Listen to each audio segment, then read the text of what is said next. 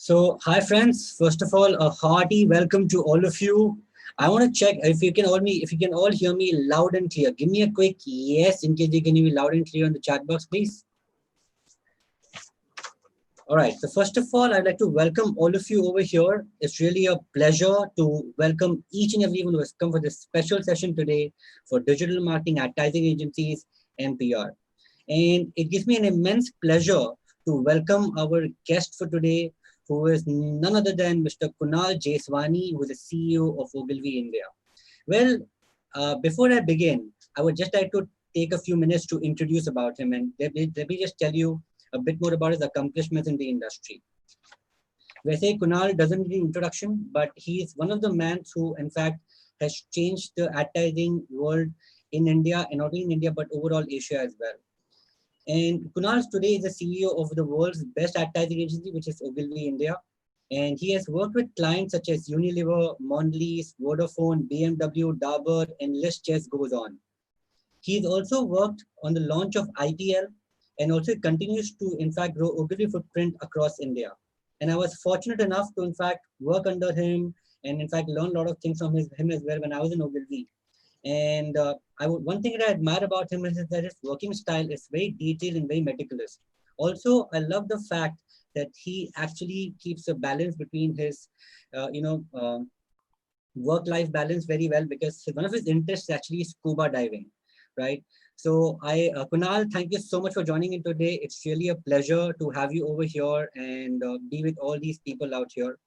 And today, I would just like to throw some light upon what do you think that, how digital will change the way for advertising agencies during and post COVID. And I'd like to now hand over the baton to you to take it forward from here. Thank you so much. Okay, thanks, Hitesh. Hi guys, Hitesh asked me to come in and chat with you guys before his session, so I'm just going to take about 15 minutes. And if there are any questions you have, please feel free to ask them in the chat box. I'll try and reply to as many as I can in the time we have. Right. Hitesh wanted me to focus in the 15 minutes that I have here with you on what's happening in the advertising industry right now as we go through the whole lockdown and coronavirus and stuff like that, just so you get a sense of what's happening in the industry. And also to give you a sense of what my sense is of the future. What's it going to be like next year, the year after, and just what I see. Right? So here's what's happening now, right? And I'm going to break it up into different phases. When the lockdown happened, one of the first things that happened was that most agencies shipped all of their studio operators home, all of their equipment to people's homes, and said, we'll try it out, right? We'll ask people to operate from home and see how it goes. And none of us have done this before, right? There's no agency in India ever, as far as I know, that's decided to shut its offices and operate from home for, a month, or forget 2 months, 3 months, 5 months, whatever we're in right now. So it was an experiment. We didn't know if it would work or not. But we found very quickly that we were able to do it. The bulk of our work is really a creative process where we ideate, we brief, and get as deep as we can into the quality of the brief. And then we work with creative teams to create advertising. When I say advertising, I mean it across media: television advertising, digital advertising, any advertising, right? And we found that our business actually allows us to comfortably work from home and deliver everything we need to.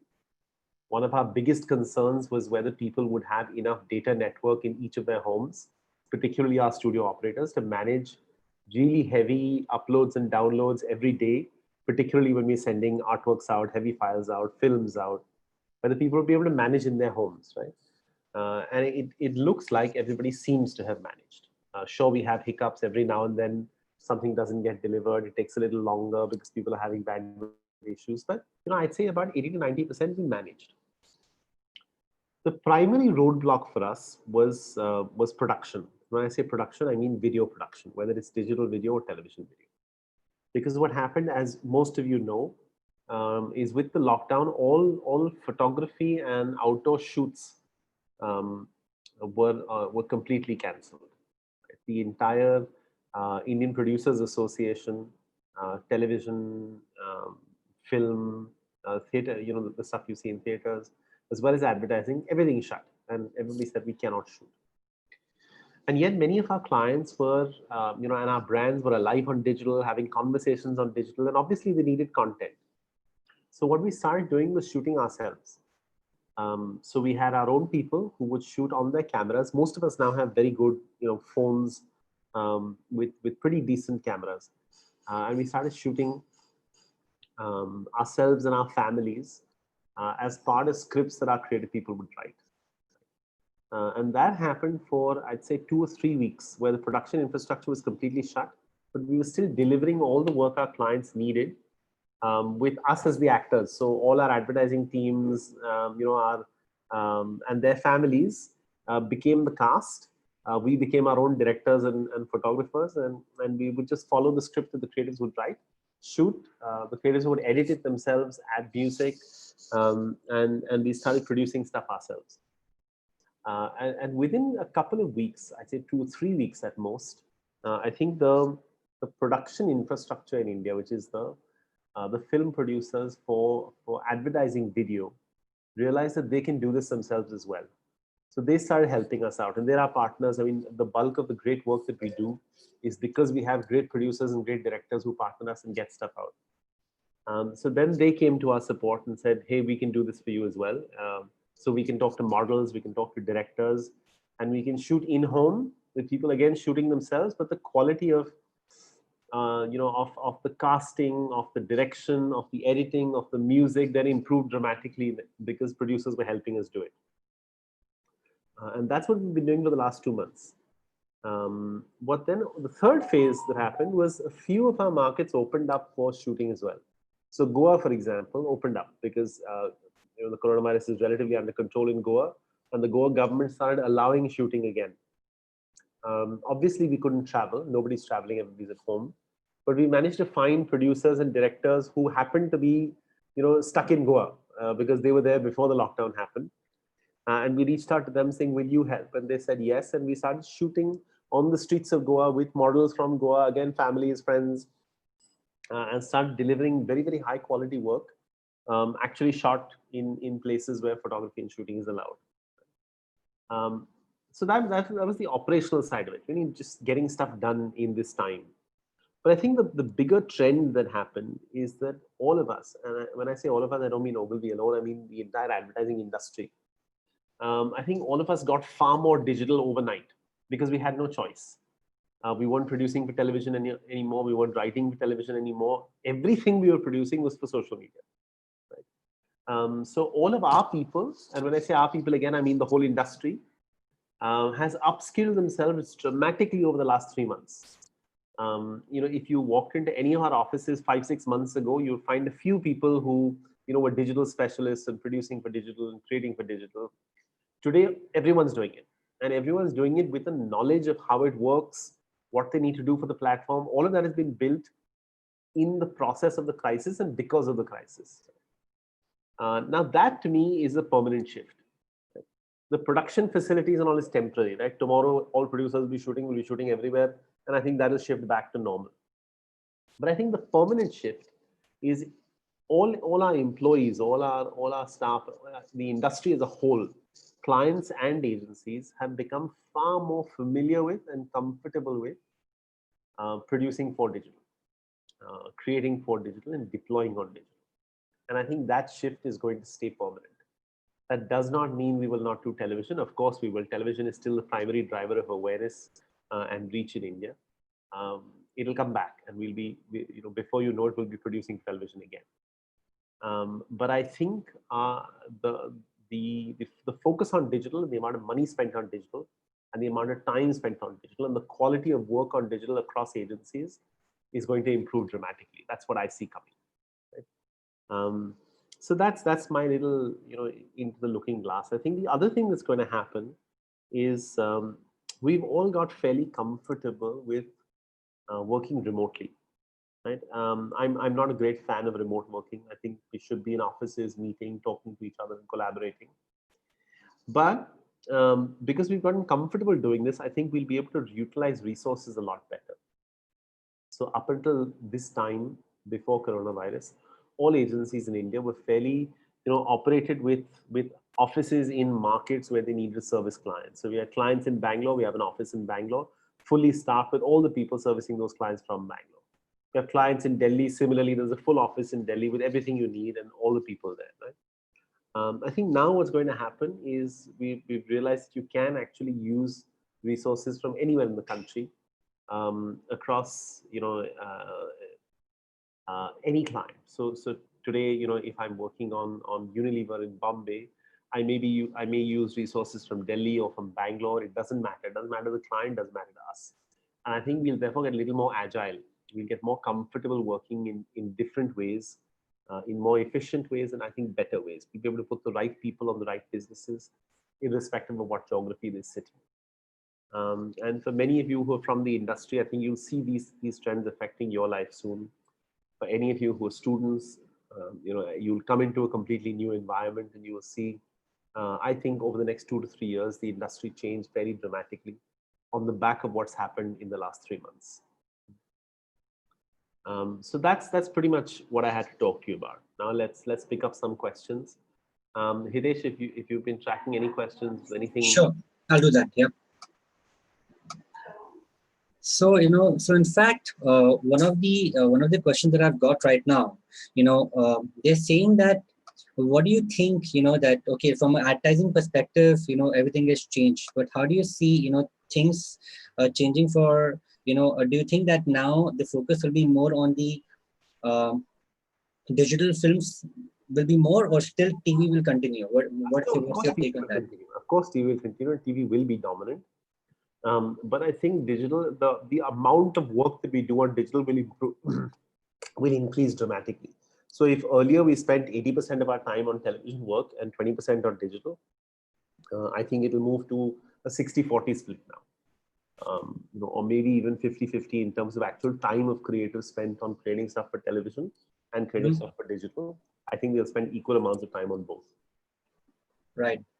Next question that we have got is something more to do with digital. Is that, Sugena is asking that please share some tips on building, a powerful profile on the digital side from an individual, from a creator standpoint, that, how they can get more work from the agency side and what they should do to kind of, reach out to the right people from a digital perspective. Sure. I mean, it's fairly simple, Sugena. It's just hard work, and you need to first of all make sure you're connected to everyone who you think is relevant to you in terms of your universe of people who you need to impact.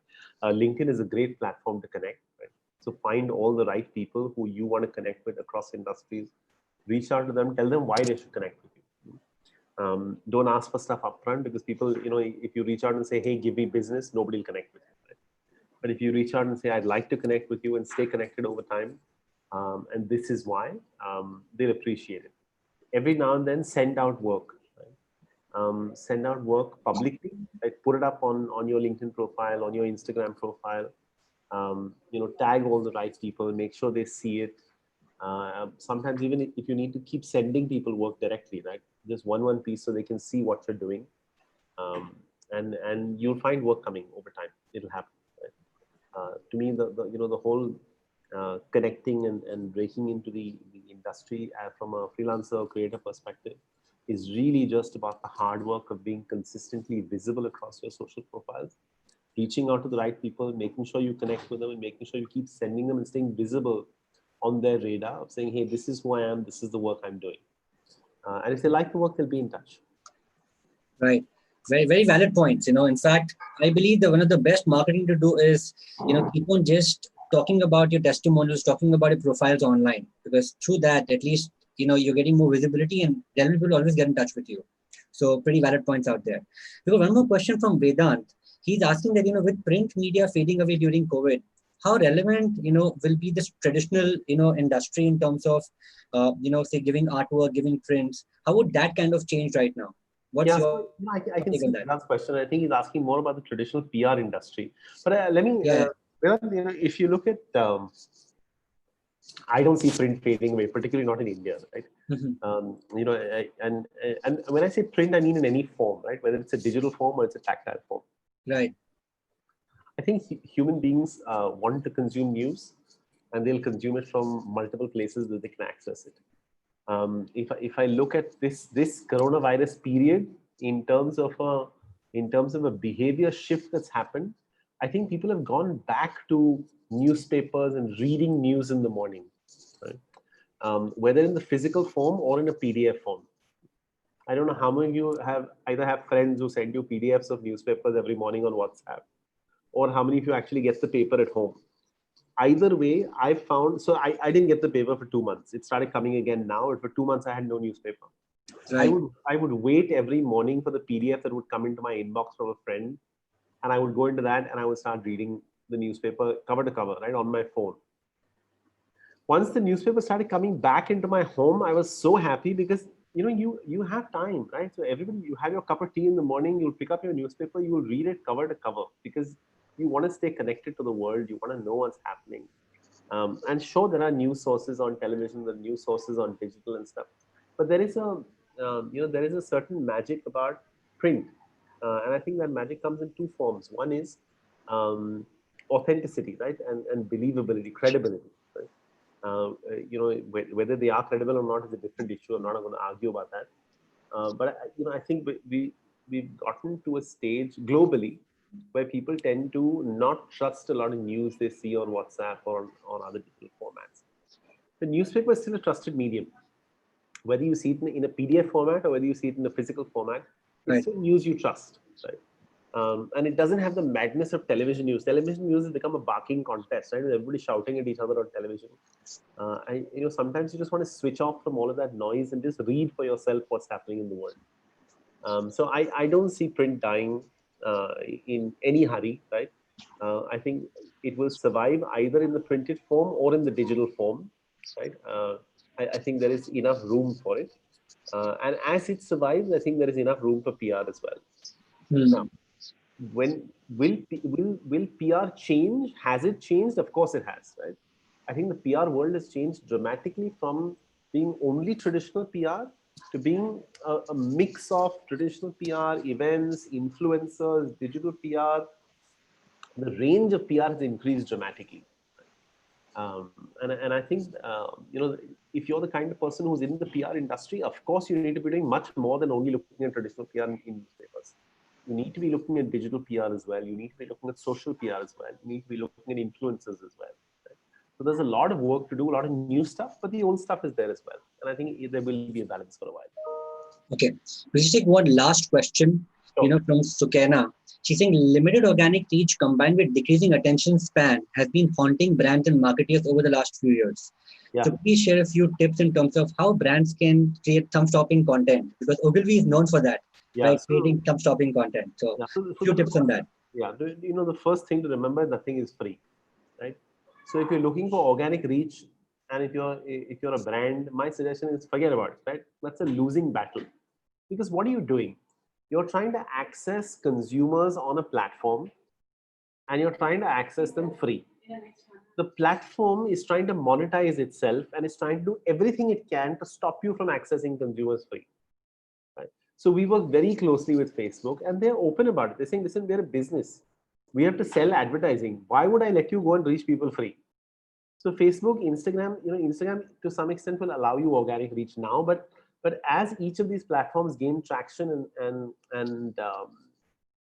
following, you'll find organic reach plummets, and it plummets for a reason, because the platform is making it plummet, because they don't want you to access consumers free. So the short answer to that is, if you want reach on a platform, you have to pay for reach on a platform. If you assume that everything you're going to do is going to get viral and you're going to create it's not thumb-stopping content. That content will not even be served up to your consumers. It'll be served up to a small micro set of people who are irrelevant to you. You need to pay to reach the people you want to reach, and then you need to create thumb-stopping content so that once you reach them, they actually stay and watch it. Very valid points. In fact, it's all become pay to play more and more than anything else. Why will it be free? I mean, it's an industry. They have to make a living as well. Great. So thank you so much, Kunal, for spending time with us. It's really insightful. And, actually, I got to learn a lot of, how production houses have actually gone from home. I can never imagine this before, before COVID, that actually people are now creating content, creating advertising videos from their home. Yes, You know, yeah. And using their phones most of the time, because most of our phones have pretty high quality content, right? You can create just off your phone now. So I think they're doing it very, very well. Just one anecdote I'll tell you as well. I don't know how many of you know Gajraj Rao. He's a very famous actor and director. Um, and he's our brand ambassador for Voltas. So we wanted to create a piece of content for Voltas, and we reached out to him, and he said he'll shoot it himself from home. And because he's also a director, he could visualize how to shoot it. So he and his son used two iPhone cameras very, very well, right? And shot that entire piece of content. You can look it up. Just go to YouTube and look for Maha adjustable stories, right? Because Voltas is baseline is being Maha adjustable. That's the thought. It's an adjustable AC. And look at what Gajraj has shot. He's done it so beautifully. He shot himself at home with the help of his son, but beautifully executed. Feels like a really, really well done film. Acted well, directed well, shot well, all by him, right? Alone, right? So the amount of innovation, talent, and people trying to create stuff well, even with all the limitations that we have, it's been fabulous to see over the last few months. Yeah, ultimately, Indians are known for the jugaad, right? So we all have become jugaadus at home, and we're all trying to innovate something. Great. So thank you. All the best, guys. Enjoy Hitesh's session. Have a great time. And have fun. And if any of you want to reach out to me on LinkedIn or something, please do. I'll happily accept it, and we can stay in touch. Sure. Thank you so much, Kunal. Thank you so much for having me over here, and really pleasure. Thank you. Bye-bye. So great. That was the man himself, Kunal Jeswani, sharing his golden nuggets with us and helping us to understand that how traditional advertising has been moving digital. And now I represent digital fraternity. So let me just tell you what I see in digital marketing and how do I pursue, that what can you do with digital marketing with your respective clients to take them forward. So I get excited to know more about how can you start your own digital marketing journey with other people. Give me a quick yes on the chat box. And I would like to take this note to thank the entire Ogilvy team, thank Kunal himself for being over here, and also our partner, OneSource, who have basically helped us spread the word around to get all the people from PR fraternity to be over here. So before I begin and before I start, let me just very quickly tell you a bit about us, which is Nordstrom Academy, and what do we do, right? So Nordstrom Academy is the brainchild of three people, which is me, Roshni, and Neil, and over here, what we essentially do is we help companies, corporates, agencies, and individuals scale up digitally. And what we simply do is we actually help all of you to empower with digital marketing. And that's what I'm going to do today. I'm going to explain you how you can use digital for yourself to grow your own brand and to grow your company's brand. So what I want to understand from you is, before I start, how many of you guys over here want to market yourself and your respective clients? Give me a quick eye on the chat box in case you want to do that. All right. So first of all, thank you so much. And I'd like to also thank all our partners, as I told you, OneSource, for having us over here and actually helping us spread the word around. So let me just give you a bit background about me on what do I do and where do I come from. So I'm Hitesh Motwani. I own a company called Scalopedia and Nordstrom Academy. And I used to work with Ogilvy before this. I used to, in fact, handle the PR. And one of the successful things that I did is I launched Twitter in India, and I used to also, handle PR for Twitter. And before that, I used to work with Mr. Ratan Tata and the entire Tata group. Till date, I've trained over 20,000 plus participants and 400 plus corporates. And currently, I'm a full-time trainer. I train people on digital marketing, and we also consult companies. So we've trained companies like Landmark, Walkhart, McDonald's, Ogilvy, and many other more. And today I'm a non-IIM, a non-IIT, but I am a trainer in IIM Bangalore. We also train a lot of corporate professionals. And we do a lot of open workshops in India, Singapore, and Dubai. And only in this COVID period, just to give you some statistics, we've trained over 62,000 plus people only during the COVID. And today, I'm also a mentor with Facebook, where I actually help startups and companies to incubate under them. And I also guide them as well. So let's begin and let's understand a bit more about our digital marketing journey today. So today, if you see, we're living in a very interesting time. In fact, today's babies are born with internet. They do not know how to speak, but they actually know, how to operate a remote control and devices. Do you agree with me? Give me a quick agree on chat box. And also, if you see today, machines are learning and human beings are hooked onto the cell phones. Not only that, in fact, today doing business, at least before code, was much easy because we all today have a power of digital with us to reach out to anybody we want, wherever we want, through our marketing efforts. That means today technology, it eliminates the problem of you finding people. And actually, you can pinpoint your ads and you can actually pinpoint whomever you want. And I'm going to show you some demo of this in some time from now. Also, you got a power where you can actually get customers search for you rather than you searching for them. And if somebody wants to make a profession, they can actually sit at their home and they can actually meet their customers and prospects virtually. That's what we are doing today. Among all the business affected, digital today is one of the least affected businesses, at least because today all of the agencies can work at their home and they can start doing things. Yes, clients actually have come down, but the work hasn't still stopped. If you see today, people in 2000, when they used to go to a concert, they should just look at the crowd, they should just look at the performer. But people in 2020, every single thing that happens, people record over a phone and nothing else. And in fact, people in quarantine, all of them are hooked onto social media. In fact, research shows that today people spend over 4 hours on social media during the lockdown every single day. How many of you guys actually do that? How many guys actually over here spend a lot of time on social media? In case you spend at least 3 to 4 hours, type the word me on the chat box, just for me to get an understanding on how many of you guys actually use social media extensively in this lockdown. And if you notice, along with everything else changing, the world is also changing. Agencies are changing their business models on actually shooting from home. Directors are SEM shooting themselves. Everybody's becoming an advertising star, just the way Ogilvy said. And everyone today has no longer a choice whether they want to go digital or not. It's just about how best we go digital. So today, if you see, I divide the entire world into two parts. It's no longer about AD and BC. It's actually about life before mobile and life after mobile. Let me give you a small distinction on this. And in case if you relate to any one of these things, I wanted to keep on typing on the chat box. I do. So if you notice, if you have more than 2 television sets at home, all you wish to just watch TV. But today, our entire TV consumption has become on demand. That means we are consuming YouTube and Netflix whenever and wherever we want. In fact, earlier, people used to wait week on week to consume a serial or to consume a show. But today, we binge watch and we finish the entire series in just one single night. Not only that, if you see earlier, we used to remember people's phone number, but today we don't even remember our own phone number, right? And now people are more comfortable chatting as compared to speaking with people on the phone. Not only that, the way we read books have changed. As Kunal was mentioning, now every single newspaper is coming in your mobile phone with a PDF and you start reading that, right?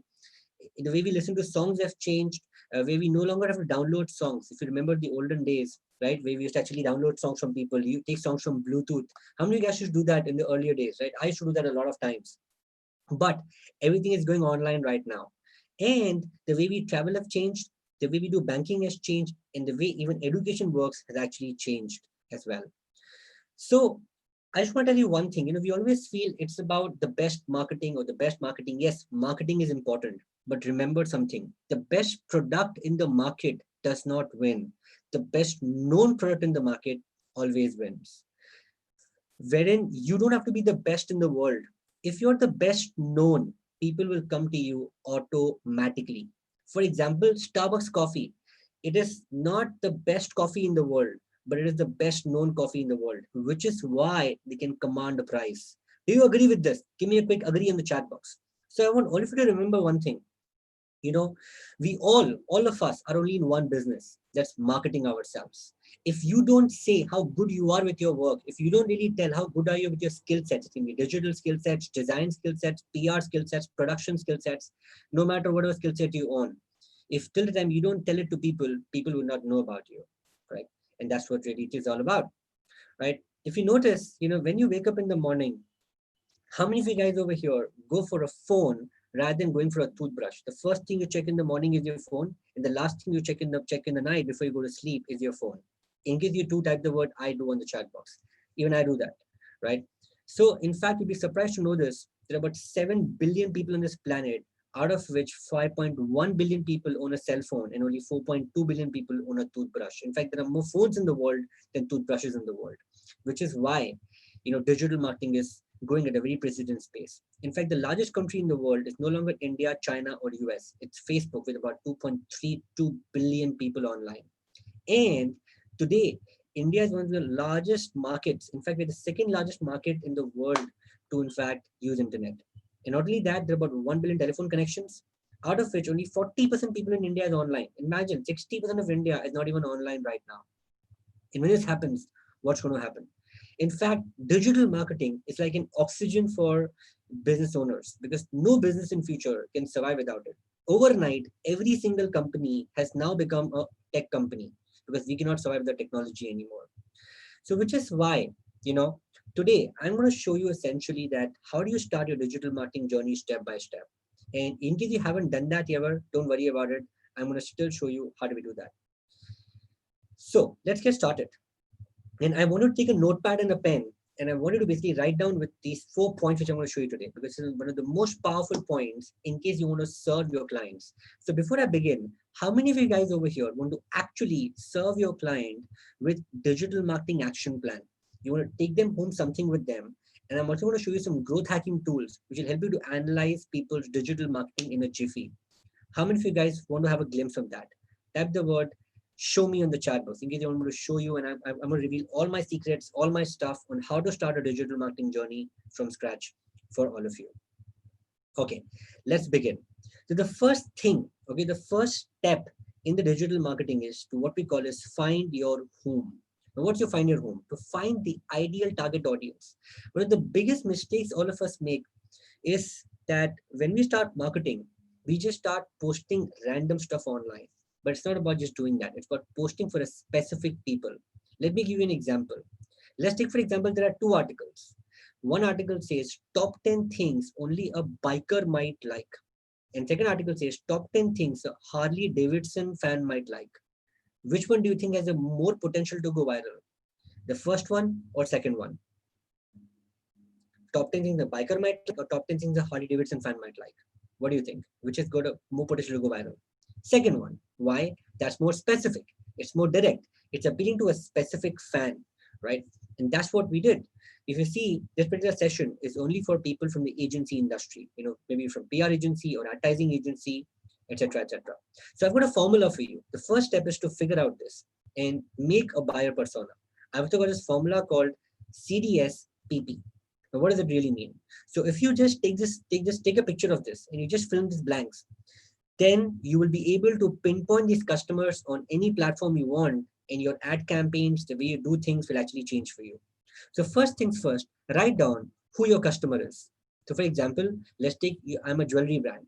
So my customer is whom? My customer is somebody who's a working professional, somebody who is a female, somebody who basically, say for example, housewife, somebody is getting married, right? Somebody is getting engaged, somebody's anniversary is upcoming. That's my client. My client basically is an adult whom I will reach out to. Now, second thing you should write down is designation in the company segments. Where do they work? Now, if they're working, write down the company name that you think they must be working in. If you think any industry is there, write down what industry she works in. And if she's not working, just type, housewife or homemaker or whatever it is. So write down, what do they do? Are they students? Are they working? And if they're working, where they are working. If they're students, which college are they from? NM, Jai Hind, etc., etc. Now, why is this important? I'll just show you in some time from now. But fill in this template and trust me, the way you see advertising, the way you see digital will completely change for you. Third thing is write down what sector he or she works in. For example, now it can be sector or it can be a caste as well as of jewelry. For example, Gujaratis, Sindhis, Marwadis, they are big time jewelry buyers. So once I understand my audience, then I can start targeting my ad campaign to these people, and I can actually show them the right message at the right time. For example, in my industry, digital marketing industry, what sector people work in? They might be in PR, they might be in advertising, they might be in corporates, they might be a marketing officer, right? They might be in a B2B sector, right? So whatever it is. Now, this is the first 3 things. It's called CDS, customers, their designations, and sector that they work in. Because once you get these 3 things, that's your buyer. He is the one who's going to buy from you. So whatever content you make, whatever social media posts you make, whatever ads you make has to be targeted towards these 3 segments. Now, second part is what to write, because maximum people struggle in what do I write? What do I really say about it? How many of you guys over here struggle with that? You know he's your buyer, you know he's your audience, but you struggle in writing about him or her. Give me a quick eye on the chat box. Any of you struggle writing a copy, writing a content for your target audience? Even I used to do that. I struggle every single time when I want to write a content. But after I got this framework, I've been following this framework to the T. And it's helped me to understand my target audience so well that today I can churn out ad campaigns just like that. So first step, write down the pain points of the customer. What are his pain points? So I'll give you a simple example of this. Let's take for example that, if there's a sales guy and I'm appealing to a sales manager, what are the pain points? The biggest pain point for any sales guy or a marketing guy is finding leads, closing deals, running campaigns. He's spending money, but he's not getting results, right? That is pain point. Then after written this pain point, write down how can you solve this problem. So for example, I can solve this problem by actually giving him a framework. I can solve this problem by giving digital consulting. I can solve this problem by giving him an action plan and making a template for him. I can solve this problem by running campaigns. I can actually train the company to solve the problem as well. Now, when I write my solutions against the problem, that's what your customer needs. For example, you see two ad copies out here. One ad copy is lose weight in 6 months. Want to know how? Click over here. And the second ad is where I simply first address the pain point of when person becomes fat. For example, the pain points can be that, first of all, when does he realize he's getting fat? When his clothes don't fit, when he's become a bit lethargic, in nature, right? When basically things are actually working for him, right? So there are multiple problems that a customer can actually face. And essentially, that is what you want to do. That is what you want to do, right? So now my ad copy looks like this. My ad copy is that do you wish to fit back in your old clothes? Do you wish to be healthy and fit? Do you wish to ensure that you look good when somebody is calling you in his wedding? If yes, okay, come into my weight loss program. Which one do you think is better, the first one or second one? First one is lose weight in 6 months. Want to know how? Click over here. Second one is if you want to lose weight, if you want to look more smarter, if you want to basically get your health back in track, join our weight loss program. Which one is better, first or second? Second one, right? It's very simple. So once you take this framework, trust me, things will change for you. So you can just take this framework blindly. It's called CDSPP. Get the customers, understand their designations, understand the sector they work in, understand the pain points, then write down the pleasure points. And once you do that, things will change for you. Do you think this was helpful for you? And are we very clear with this first step? If you are clear, type the word clear on chat box. Right? That's the first thing you need to do. Now let's go to the second step. The second step is to basically figure out, okay, how do you create a professional brand and what do you need to do for it? So now sometimes digital marketing can be jarring for you because there are multiple things to do in digital marketing. It is basically, let's take for example, should I do social media? Should I run ad campaigns? Should I do paid media, organic media, etc., etc., etc. I'll try to make it very simple for you. First of all, remember that at the broader level, what should your campaign do? Your campaign should have three things. Number one, your campaign should solve people's problem. So my digital marketing effort should solve people's problem. For example, in my case, people do not know, what to do with digital. So I'm solving the problem by giving them a framework on how to do digital marketing step by step. Number two, have a system in place. That means you need to have a process in place for digital marketing. That means creatives, copy, how do you write the copy, the target buyer, the persona, which I already showed you. And third thing is always give them a social proof. Now what social proof? Social proof essentially is where you actually give them an entire proof, on how social media is working for them. For example, when I say digital marketing is great, it's fine. But when other people say it, that's when it makes a difference. So get more and more testimonials. Get what other people are talking about you. Pull out your Google reviews, pull out your Facebook reviews, pull out your customer testimonials and put that upfront in your ad copy or in your marketing efforts on your landing page. Once you do that, things will change for you. Now, there are 3 S's that people know by. And I want to note down what your 3 S's are. The first S is what we call as social media. Second S is what we call as search. And third S, what we call as shopping. So remember, your customer knows you with 3 S. Social media, search, and shopping. Now let's go one by one. Let's understand each of these things in a separate aspect. Now, what is social media? So one of the biggest concerns with social media is that which platform to choose. Your client says, should I use Pinterest? Should I use Instagram? Should I use Facebook?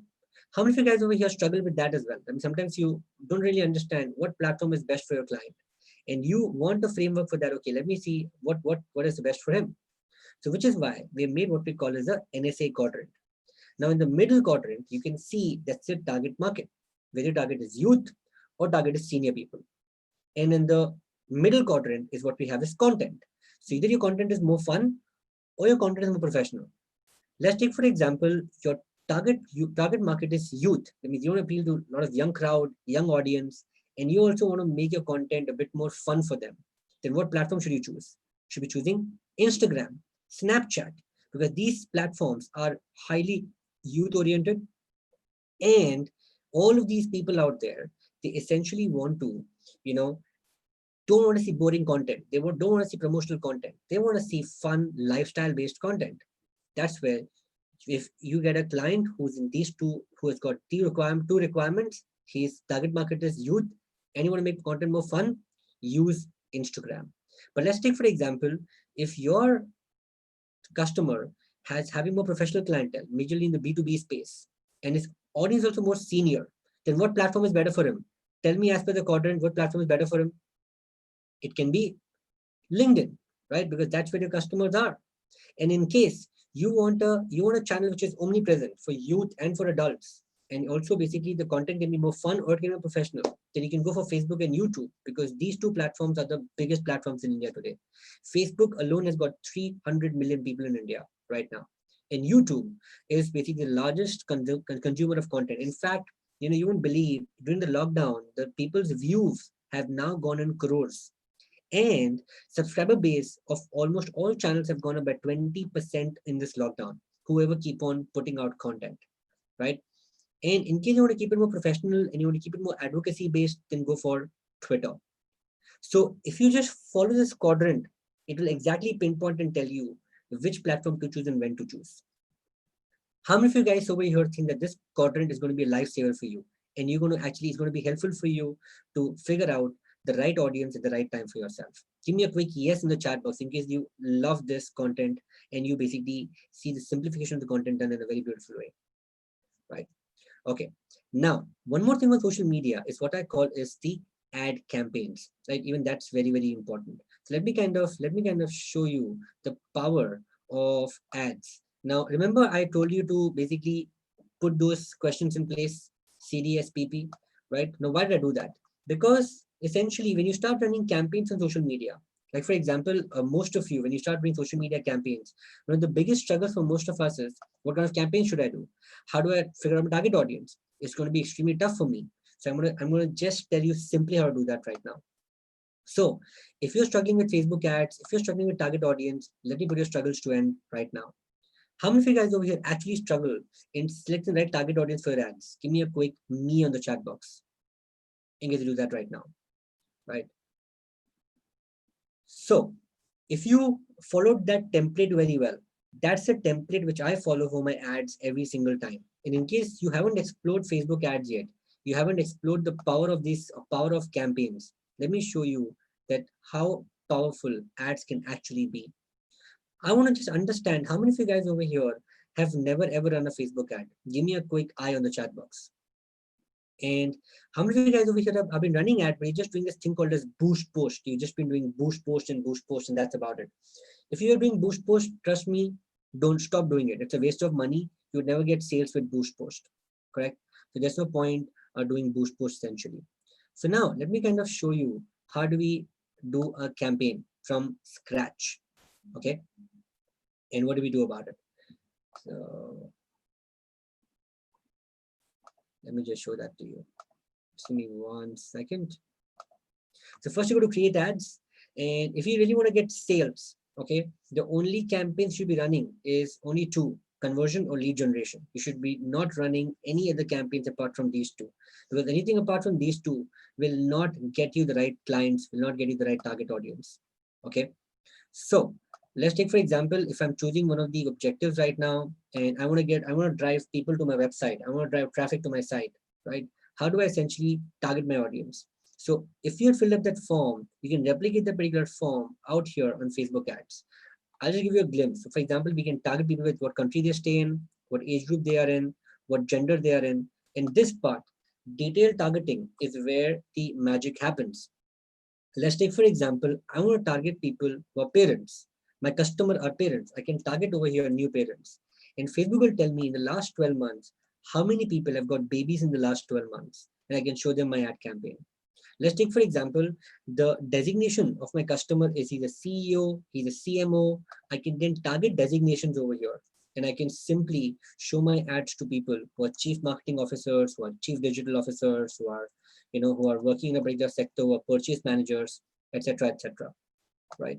And I can actually do that. Okay. Then what sector they work in. So let's take my clients work in advertising industry. My client basically work in social media industry.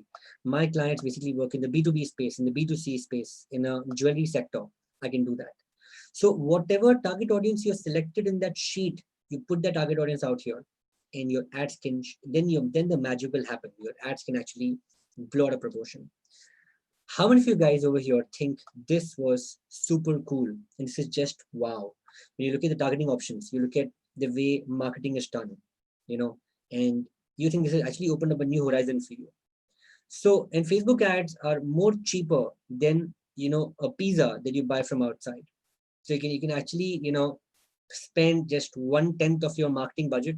Like for example, when we do our workshops and everything, we actually spend nothing more than 5-10,000 rupees per session, and we're actually able to get 30-40 people only knowing about us from Facebook and Instagram. And that's the power of it. If you're not utilizing this for your business, my sincere request is to start utilizing this, because there can't be anything better than this at this point in time.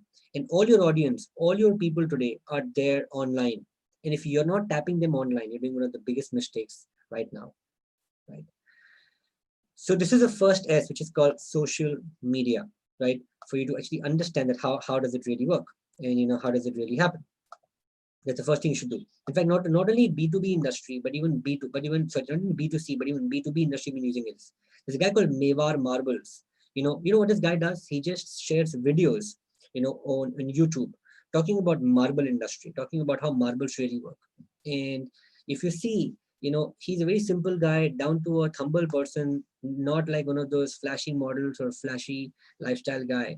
But he's got about 72,000 subscribers. And now, his father was doing business by doing word of mouth and calling people up. But today, he was the second generation entrepreneur who actually just started shooting videos. And now he's getting orders from Dubai, US, Malaysia, Singapore to export marbles. And now he's also opened his franchise across India just because of social media. So in case you're not utilizing it, utilize it. It's one of the most powerful mediums in case you haven't done it so far, right? And the second medium that is there is what we call as SEO and SEM. Now, what is SEO and what's SEM? So SEO simply means search engine optimization. Now, one of the most underlooked things in SEO, all right? So now what is SEO for people who do not know about it? Let's take, if I just type over here, I'm looking for a CRM software. And when I do that, I find two things on top. One is ads on top over here, and one is just organic results at the bottom. The bottom one is the free one, which is what we call as SEO, search engine optimization. But the question is, how do you come on top for free? And what do you do about it? Right? How many guys over here would want to actually understand how does SEO work? Type the word me on the chat box. If you want to actually understand how does it really work and what do you have to do to rank yourself on top of Google searches. Now, one of the most underrated things in SEO is this thing known as, Google My Business. For example, if I just type over here something like digital marketing expert, right? You will basically find, my name going on top over here, but it only comes because of my local area, my local surroundings, because I'm currently staying in Santa Cruz and people are searching nearby my area. So whenever somebody searches digital marketing trainer, digital marketing expert, this can be a great source of business for you. If you're a restaurant, if you're a store owner, if basically you've got a physical store of essential goods, you've got a client, who basically has got a jewelry showroom, who wants to get clients locally, right? You should do local SEO. Now, how does SEO work? There are two kinds of SEO: on-page SEO and off-page SEO. I want to do all type in the chat box, on-page and off-page. because it's very, very important that you keep on writing, because the more you write, the more it start registering in your brain. Right? On page and off page. How does on page SEO really work? Let me explain this to you. So let's take, if I just type over here, best romantic restaurants in Mumbai. Right? So on page SEO simply deals with content. So in case you're somebody who's very good in content, you should in fact try your hands on SEO content, right? Or SEO optimized content. Why? It's because SEO writers get paid more than a normal content writer. Now, why does this site Travel Triangle come up on top when I search for this term called best romantic restaurants in Mumbai? They come up on top because they have told Google and they've given valuable content to Google. For example, you see, first of all, they put this keyword in their title of the website. Then they put the same keyword in the URL. They put the same keyword in their heading. Then they put the same keyword in their body copy. So first step is to figure out what people are searching about you. Then you take that particular keyword, you put those keywords in your sites in strategic places. Now, is this stuff easy to do? Give me a quick yes or a no. Is it easy to take a keyword and put the content out there? Absolutely. It's not that difficult, right? But what if somebody else repeated the keyword 100 times? Then will they come up on top? No, that's not how it works, right? So you have to also ensure that you don't over repeat the keywords, because if you over repeat the keywords, Google might consider it to be a spam. But it's not the only factor. There are more factors than this. There are factors like how fast the website loads, what's the experience on the website, how well the content is laid out, how rich is the material, have you really copy pasted the material or haven't copy pasted the material, right? All of those things also really matter. And that's what is called as on-page SEO. In simple words, whatever happens on your page is called on-page SEO, right? Now, let's take, for example, the two websites. Both have great content, both have fantastic looking articles, and both have also repeated the keywords subtly, in their websites. And they both are eligible to rank on top. Now, if both are exactly the same, okay, who do you think can come up on top in this case? Do you think, say, for example, the first one, okay, so let me give you an example. Let's take, for example, me and Jatin over here. So Jatin and me, we both are fitness trainers, and we both want to rank on this term called best fitness trainer in Mumbai. Now, I also made a website, hiteshmotwani.com. Jatin also made a website saying jatinsonekar.com with the keywords best fitness trainer putting everywhere. Jatin put the keyword 20 times on his website. I put the keyword 10 times on my website. Who do you think will come up on top, me or Jatin? Who do you think ranks on top? Right? Some people say Jatin, right? But that's not the case, because Jatin, okay, it really depends on how much articles written over here. Because let's take, for example, I wrote 1000 word article and Jatin wrote also 1000 word article. But in 1000 words, I repeat the keyword 10 times and Jatin repeat the keyword 20 times. Now, Google says you cannot repeat the keyword more than 1% of times out of every 100 words. We normally call this keyword density, right? So you need to abide by this rule, where in every 100 words you write, do not over repeat the keywords. If you over repeat them, Google may consider it to be a spam. Now, I understand this. And me and Jatin, we both made content absolutely equal. That means both of our content is great, our load speeds are great, our website is mobile friendly, everything is fantastic right now. Then who ranks on top? That is where off-page SEO comes in. So what's off-page SEO? Off-page SEO is whatever is happening outside your website. Okay, so let's take, for example, I got a PR agency on board, and the PR agency floated about my restaurant everywhere. They give me a news article, they give me a burst in Economic Times, and sometimes when they give an article burst online, they give me a backlink. So let's take NETV Good Times wrote a review about my restaurant, and they say if you have to go to the restaurant, go to the Motwani's, is one of the best restaurants in Mumbai. This is what we call as a backlink, where one website refers to another website. The more backlinks you get, the better it is for you, because that can actually help you to rank on top in a better way, right? So you need to keep two factors in mind. One is great content, putting content and great experience. Second is good backlinks. And when you get majority of them, whether majority of other sites start referring to you, that's when your site can actually start ranking up on top, right? And this is how SEO actually works in short. It's quite complex, but I'm trying to simplify things for you as much as I can. Are we clear with this so far? Give me a quick yes in the chat box.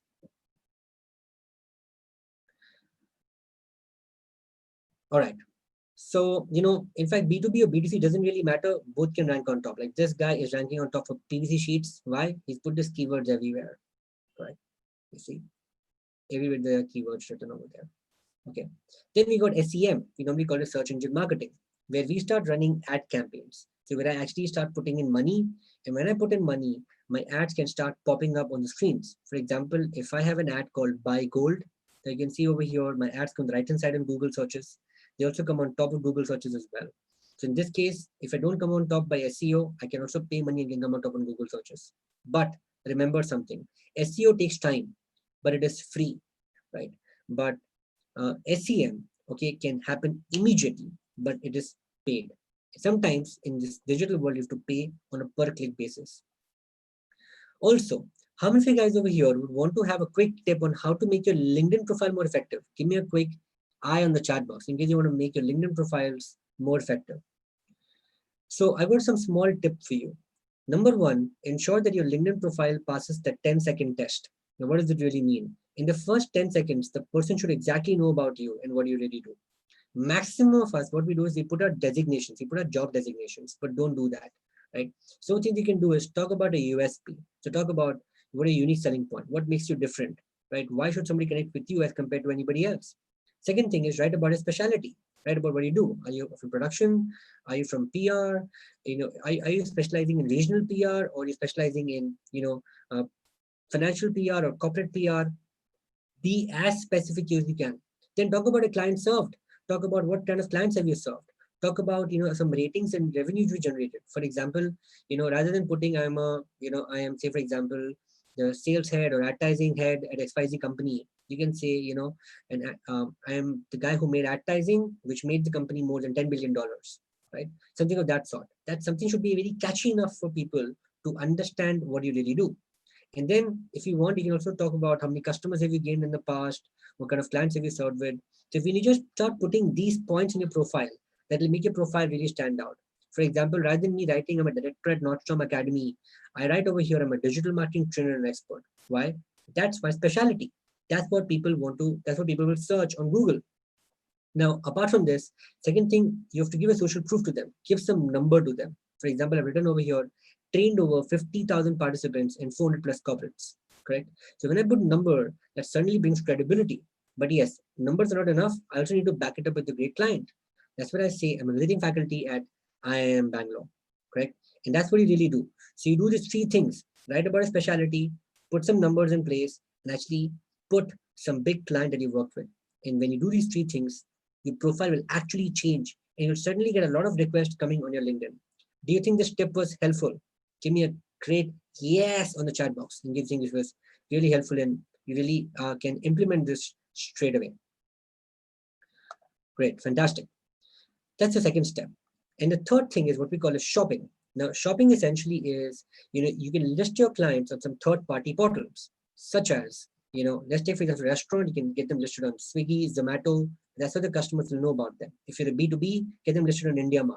If you're a B2C, get them listed on Amazon, Flipkart, and other places. That's also a best way to get clients for absolutely free. So look at aggregators in your industry and go and list your clients on those websites over there.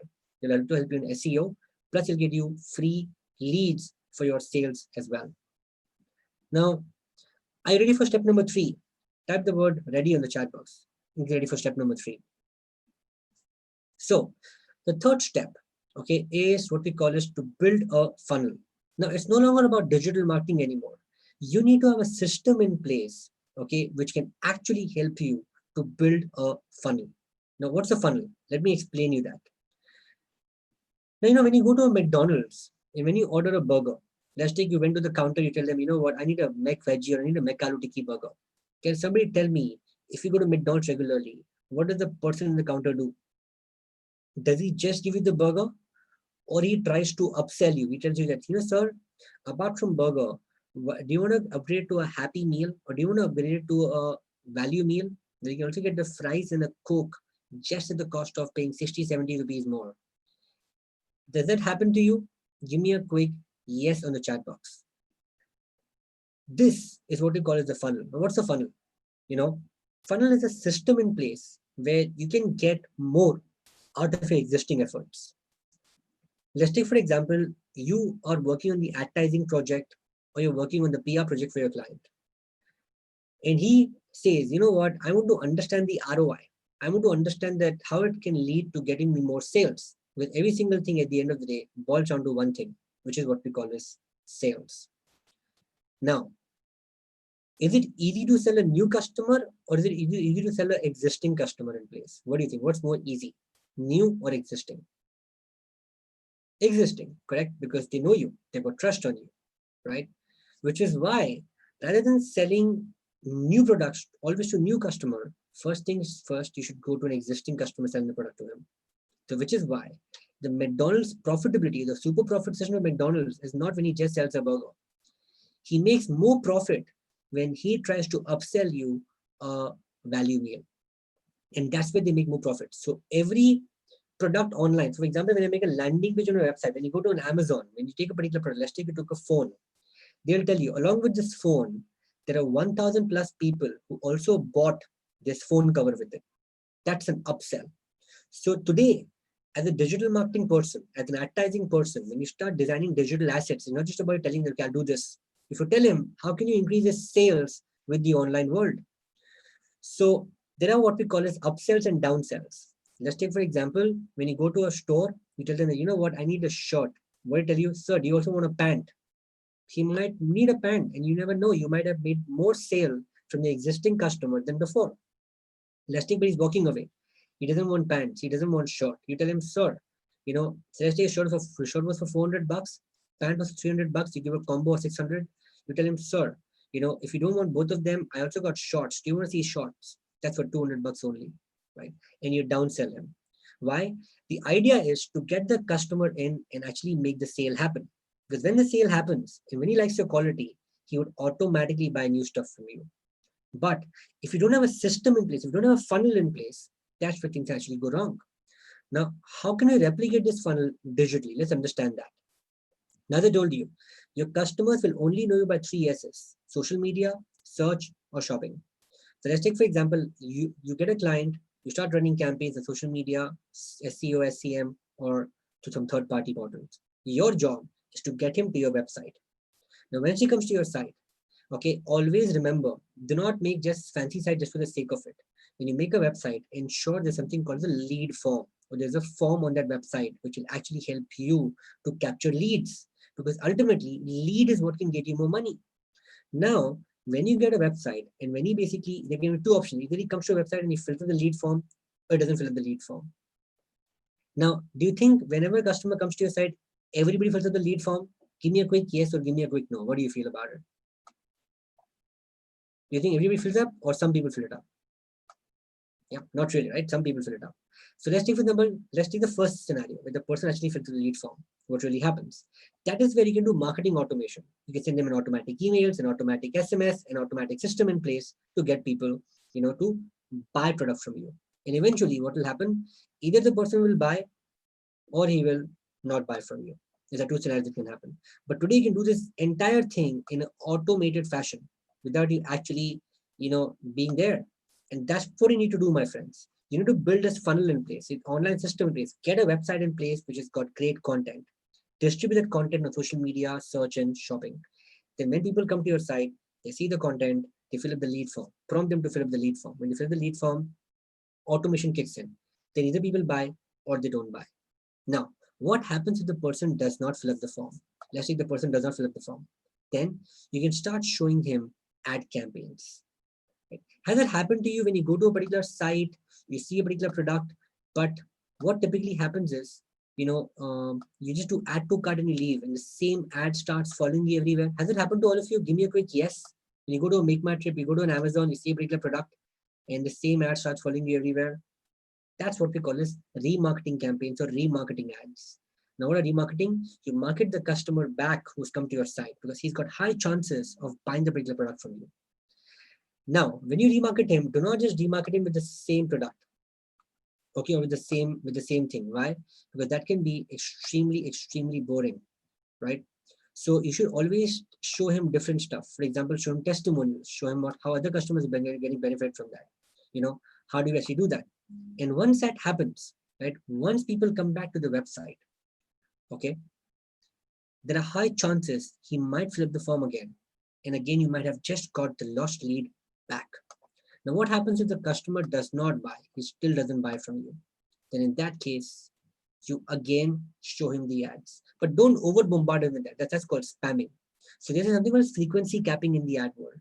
You should cap your ads to certain amount of time. Ideally keep it to 10 times per day or 5 times per day. Because if he sees more than that and still not taking action, it's a waste of money for you. And then you might not get desired sales as you want in that case. And this, my friends, is called a funnel. If you're able to build this for your clients, you are one of the few percentage of marketers who can combine digital marketing fully and give a holistic solution to these people. How many of you guys over here found this to be extremely, extremely valuable? And you think that what your business needs right now, what your client needs right now is a funnel like this, a system in place to generate sales for them. Do you think this was amazing? Give me a quick yes on chat box. English fund is super cool and super, super amazing, right? This is what you need to do. You need to build a funnel in place just like this. Now, not only him, in fact, us, when we market our digital marketing courses, I'm also marketing a yoga company, correct? I'm also using the same funnel. Now, coming to the best part of the day today is showing you some growth tools. Right? I'm going to show you some very crazy growth marketing tools right now, which will help you to get some sales, right? So Himanshu is asking, how do you know that the person who hasn't filled up the form? So there's a system called as a pixel. Okay, at the back end, I can segregate the audience. I can tell people who have come to the page but not went to thank you page, and who have come to the particular page but has gone to a thank you page. And I can segregate the audiences separate. Then I can show the ads who came to my site but didn't go to thank you page, and I can segregate the audience who came to my page, who came to my site, also went to thank you page as well. I can show both of them different ad campaigns if I want to do that. That's how we know about it. All right. So let's look at some growth tools. How many of you guys over here want to know some tools that can really help you to change your life and ultimately get more business, get more sales, or get more social media thing going for you? Right. Let me show you some cool digital marketing growth tools. Okay, the first growth tool is people who are designers. Okay, how many of you guys over here want a tool which can actually make a logo for you, make an entire brand book for you, make an entire social media asset for you in just 5 minutes right now? How many of you want to see that? Give me a quick I want to in the chat box. Right? Okay, let me show you how do we do that right now. So there's a website called brandbuilder.ai. Brandbuilder.ai. So just go to the site. And when you go to the site, okay, this site can actually show you how do we get a logo for a client in no time in the entire brand book. Okay, so you can get started, and there are two options. I have a logo, I need a logo. Let's say I need a logo. Let's take now, I want to make a logo for my company, and you have to basically pick up a style. Let's take, you want simple, modern, playful, natural. Let me take modern, right? My company name, Nordstorm Academy. I want an icon for education, right? And let's take, for example, I take a very simple icon. Let me just take this particular icon over here as of now. Okay, so I take an icon, then I have to choose, they've already made assets for me, correct? Let's take, for example, I pick up a style. Let me just pick up this particular style. Then pick up color schemes. Let me just pick up a good color scheme from here. This is the color scheme I pick up, and that's it. So if I want to customize, I can also customize this color scheme as well. You can see my visiting card is done. Okay, my headline is done. My monochromes are done. My social media assets are done. So you can see my brand book. So they give me the entire brand book. They give me my logo, my color schemes, my hex codes of my hex code and my color codes. Okay, they give me gradients. They also give me all the assets. They give me my logo pictures, my banners for my social media, my business cards, my cover, everything. How many of you guys found this super duper amazing and you think this is going to be a lifesaver for you when you want to build a brand book for any client? Give me a quick wow in the chat box in case you found this super amazing, right? This is the first growth hacking tool you can use. It's called brandbuilder.ai. Okay, you can just save it in, so you can get it in a PNG format. Everything is in the PNG format. All right, let me show you the next growth tool for you. Now, how many of you guys over here are from the business development team, or you want to reach out to a client of yours and you want to actually understand that how can I get the opposite person's email address How many of you want to do that? How many of you struggle with finding email IDs of people? Give me a quick eye. All right, let me show you how do we do that. Right. So you have to install this Chrome extension called Hunter. Okay, hunter.io. Right. And once you install this Chrome extension, you can actually use this tool for figuring out anybody's email address. Let's take, for example, I want to figure out email address from somebody from Ogilvy, right? So let's take, I just do ogilvy.com, and then they give me the pattern of the email address. It's first name dot last name at ogilvy.com. I can just also open up, Ogilvy out here. I can just open the website whose email ID I want. So let's take, for example, I just come over here, I type ogilvy.com. And let's take, for instance, I want email address of one of my friends in Ogilvy saying Tayyab. Okay, so let's take, I want his email address and I will reach out to him. Correct. Now, how do I do that? I can just simply click on hunter.io, and once I do that, okay, it will basically ask me to guess the email address. I can just put the person's name out here. Okay. So no, so they've not got any address for Ogilvy India because it's for ogilvy.com. But anyway, you can still go over here and you can still figure out on the website as well. So let's take, for example, if I want to find the email address of Tayyab, I can just type over here tayyab.imadi@ogilvy.com. Correct. So I can do that. Let's take, for example, if I want to find for ad factors. Okay, so they have to find the email address. Ogilvy India it's not a domain where people can find the email addresses from. Let's take, I do ad factors PR. I come to this Hunter extension over here. Now I want to find the email address for, say, Sandeep Sarkar. Correct. Let's check Sandeep Sarkar over here, and I'll find Sandeep Sarkar at adfactorspr.com. If Sandeep is over here, he'll be laughing right now, but yeah, but I can figure out email address of Sandeep immediately, right? And I can do that, send an email to him. So how many guys over here think that this is one of the best things to do to find out who is their audience, to which company they're working, go to the company's site, use the Chrome extension, and figure out their email addresses in no time. If you find this wow, type the word wow on chat box. The second growth hacking tool which you can actually use to get right people at the right time, right? All right, let's go to the third tool for you today. All right, the third tool I'm going to show you right now is the last tool for the day. It's called twitonomy.com, right? Now, what does Twitonomy do? Twitonomy basically actually helps you to use Twitter effectively and figure out anybody's Twitter account. I need somebody over here to give me their Twitter handle. Anybody over here who's fairly active, just ping me personally on Zoom, and I will just analyze your Twitter account right now. Okay. All right. So let me just do that for you. We got EQ Tribe Salak Dave. Let's take EQ Tribe. Zalak, we will analyze your account right now. All right. Okay. So just go to this tool, and I'm going to show you this. It's one of the best tools I've ever used for any analysis. So just come over here, type the Twitter handle of the person. In this case, EQ Tribe, which is by Zalak Dave, right? And what this tool will do, it will analyze the account. Okay, is this your account? Is this the company account? EQ Tribe, 31 tweets only. Give me a quick yes or no. Okay, no, then this is not the account. Okay, let me take somebody else then. I'm sorry. Okay, so let us take Utsav Jain. All right, the second one to give me his address. You need to type the right ID. Okay, so Utsav is there.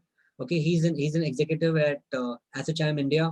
Okay, alumni of IIM Kolkata. Correct. Is it you, Utsav? That's your handle. Give me a quick yes or no if you're looking at the right handle right now. Right. So let us analyze Utsav's account. Okay. So Utsav is on 862 tweets so far. He's done one tweet approximately every single day. He retweets more. He does 76% of time he's retweeted people. Right. He replies very less to people. He is not very active in 2020, very active in July. He retweets Assocham, I am Munishankar, IIMC, Yadav Anubhuti, Ruhan, and Nitesh Karsaini. Okay, he replied to Katya Nagor, Assocham, Devesh.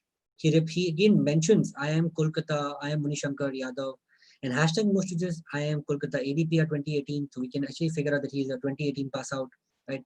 India Resource Conclave, India Health Conclave, So he's very fanatic to attend conclave as well, right? His most retweeted tweet is this one: innovation in defense sector is very critical. Honorable Defense Minister of India, she added in order to improve. So he did a small excerpt from this particular conference, and he's got about 7 retweets over here. He tweets a maximum on a Monday. Maximum time he tweets is in the afternoon. He uses a platform called Twitter for Android. That's what he basically does. Okay, so yes, you can analyze company's account as well. You can analyze anybody's account over here on Twitonomy. So this is a great tool for figuring out, doing analysis before you go and meet a client. So before you go and meet a client for digital marketing, you can do the quick analysis and show it to him. He will definitely be amazed with this. How did you find these tools? Do you think this actually opened up the horizon for digital marketing for you and actually give you a completely new perspective on how digital actually works? Right? So I'll just give you a quick brief on, let's take somebody asking for brands right now. So how does it work for brands? So let's take, for example, I want to analyze what a particular brand does. Let's take, for example, I want to analyze what Airtel India is doing right now. I can simply put their handles. Let's take, I want to put what GM is doing. I can just put General Motors handle out here. Then I can get a quick analysis of what General Motors are doing. And I can present with the company. I can tell them what's right, what's wrong. And then I can technically give them suggestions over here. I can just prove my competition. I can check what my competitors are doing over here, right? That's what these people do. So this is how things actually work, right? And you can actually figure out these things. So there are many, many tools, but I'm short on time, which is why we have to move on. So in summary, okay, there are 4 things you should do. So we normally call this social selling or digital marketing plan that we do. What is the first step in digital marketing? Can somebody even show a quick recap? What is the first step in digital? Can somebody put in the chat box on my end? What is the first thing I told you? The first thing was to figure out your audience, find out where they are. What is the framework you use for your audience? CDSPP, correct. Right, Raviraj got it right. It's CDSPP. It's figuring out who the customer is, where is he from, and what sector he works in, right? And what's his pain point, what's his pleasure point. Then second thing what you should be doing is, you should be figuring out how to create a marketing plan. So create a marketing plan for him. Use 3 S's: social media, use the NSA quadrant, use SEO, on page, off page, SEM, paid ads, and also use third-party portals, correct? Then the next what you should be doing is you build a funnel. So have a funnel in place, have a web page with upsells and downsells over there, have a proper system in place, use automation to get that sales running for you, correct? And then use some growth hacking tools to figure out about your competition, figure out about your brand, figure out about people, and utilize them to get an effective digital marketing plan. And this is how you can actually start doing things in the right way. How many of you guys over here found this to be super duper amazing? You just found your mind is blown looking at all of these things right now. Did you enjoy this session? Right? Great. So what we'll do is we'll just take the exactly few minutes. I'll just take exactly 5 minutes for question answers, and then I've got something special for all of you, which I want to tell you about. Okay.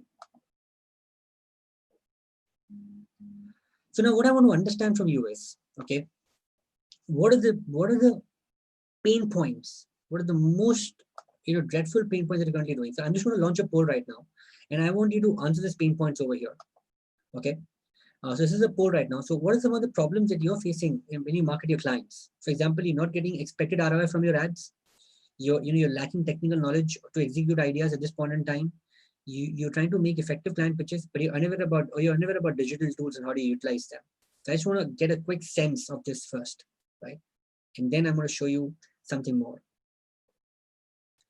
So Khushbu is asking, can we use Twitter for Instagram analysis? Not really, Khushbu. It's only for Twitter. For Instagram, there's one more tool called Vism, which you can actually use.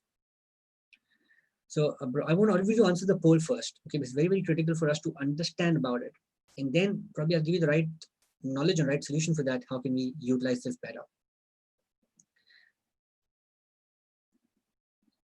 Okay, I just keep the poll for next 12 seconds. We got 110 votes so far.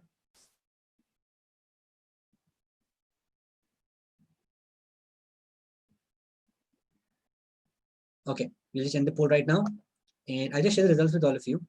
Okay, as you can see over here, maximum people today are unaware of digital tools. The second is that they lack technical knowledge to execute ideas. The third one is people are not getting enough ROI from their ads. And the last is how to make effective pitches. This is one of the most common problems that everybody has. Now, how many of you guys over here want to see some other industry mavens coming over here in our next session? How many of you guys over here actually want this agency masterclass to be a continuous affair, right? And if I get tremendous response, I'll make an announcement right now for all of you. All right. Okay. So we're trying to do this every fortnight. And our next session for Agency Masterclass 2 is going to happen on 12th of July, right? So in case if you're keen, for the next masterclass, we're going to have one more guest next week, just the way we had today, right? We'll find one more industry expert coming in, and then I'm going to share something interesting with you, just the way I did today, right? And I want all of you, okay, to just take this particular form. I put this form, okay, on the chat window out here. I want you to click on this form, fill this form up, and I also want you to take this photograph of this, and I want you to share it with your friends and family within your circle, so that maximum people come for the next masterclass as well. And we're going to have some exciting guests over here for you guys. Also, second issue what we're doing is we're also basically having an exclusive WhatsApp group only for agency people and PR fraternity. Okay, why? Because we ultimately want to form a community of people, especially to do with digital marketing. So our sole aim is to basically give you digital knowledge. And I think one of the two sectors that's really, really important for us today are people, because I come from a traditional agency background myself, right? I used to work in PR companies as well. I used to work in agencies as well. And I actually have seen both sides of the world. I was also a chief marketing officer for a company, in the middle. And, so in case if you're keen to basically join this network and we're going to shortlist people over here. It's not going to be open for everybody. It's only for people in the marketing industry. I'm going to again put this link on the group over here, and I want all of you to fill this up. Okay, for everybody, because that is how we all will grow as a community together, and that's what it really is about, right? So we're going to take a short question answer for about 2-3 minutes, and then I'm going to do that. So, Khushbu, can you let me pull through Instagram again? It's called Vaizal, Vaizle, Khushbu. We got a question from Piyush as well, saying how to attract international clients. So same thing, Piyush. See, nothing can come for free. So one thing is shortlist companies, go to hunter.io, figure out clients from there, send them an email, make an effective pitch. Okay. And second thing, what you can basically do is, start doing SEO, start doing SEM. Okay. Yes, the time is very short. Peso is a very big model, but just to give you what a peso is so AS is asking, can you throw some light on peso model? So peso is paid, earned, shared, and owned media. So what is paid? So when you do any marketing campaign, you need to first have paid campaigns in place, which is your Google ads, Facebook ads in place. Then you also need to have earned model, which is your PR, your SEO. How do you start ranking up on top on Google searches? Then shared is social media, and owned is your websites, your own assets. That's your peso. Anything on leveraging Pinterest and Quora. Well, Tripta, yes. So what you can do is, for Quora, keep on answering relevant questions in the industry. So figure out problems in your industry, figure out pain points from there, and you give a solution to that particular thing. And when you keep on branding yourself in the platform, people will automatically start knowing you over there as well. Right? They'll automatically start knowing you. So Lavanya, how to arrive at my TG? I think you missed my initial part, Lavanya. Look at my recording. Okay, it's there on YouTube, and you can figure out how do we arrive at target audience. Okay. So Kirti, peso is paid, which is you have your paid models, your earned, which is your SEO. Okay, anything which is free, like even PR, digital PR as well. Okay, your S, which is social, and even basically your own, which is basically your own assets. Now, people are asking, can we get the recording? Yes, the recording is available on a YouTube channel. After the session gets over, I would recommend you all to follow us. To in fact follow us on all these digital channels. It's there on your screen right now. Also, can my team just put up all these links on the screen over here as well, right? So yes, you can just follow. So just go to YouTube and search Nordstrom Academy. Go to Instagram and search for Nordstrom Academy as well. You can just follow us. I'll just take one last question before I move on to the next one. Okay, no PR jobs and no freshers. For Aditya, there's always a PR job fresher. You just need to figure out the right tools, right? You can do that. No, you can't basically find cell phone numbers of your TG Himasha. That will be invading privacy. For that, you probably need to run ad campaigns to get cell phones and everybody as well. Can we target people, or can we target on people's feeling? Piyush is asking. Well, I'm not sure. Go to Facebook and check targeting options. You might find some, right? But it's very difficult to understand people's feeling. Even AI can understand that. Okay. Okay. One last sensible question, and then we move forward. Okay, what's the use of Telegram? So Meher, Telegram is one of the best mediums because it has no limit like WhatsApp, which the group gets filled, which is why Telegram today, a lot of people download entire content over there, they share files over there. It's much, much better than what WhatsApp is. But yes, the users are less on Telegram, but it's still a growing platform. So today people are using Telegram as an alternative email, I would say, for people. Raviraj is asking, how can one find out what people are watching on social media in OTT? Well, Raviraj, a good question. So it is difficult for us to figure that out, but there's a tool called Facebook Ads Audience Insights. So you can go to Facebook Audience Insight, put up a query out there, and when you put up a query out there, you can actually figure out what people are finding about you. That's what you can do. Okay.